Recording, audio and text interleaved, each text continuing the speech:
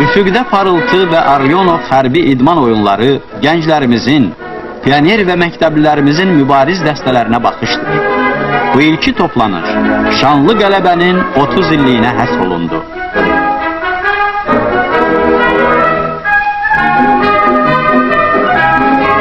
Gənc hərbiçilərin paradı başlandı. Paradı hərbi idman oyunlarının komandanı Polkovnik Çərkəz Abdullayev qəbul etdi.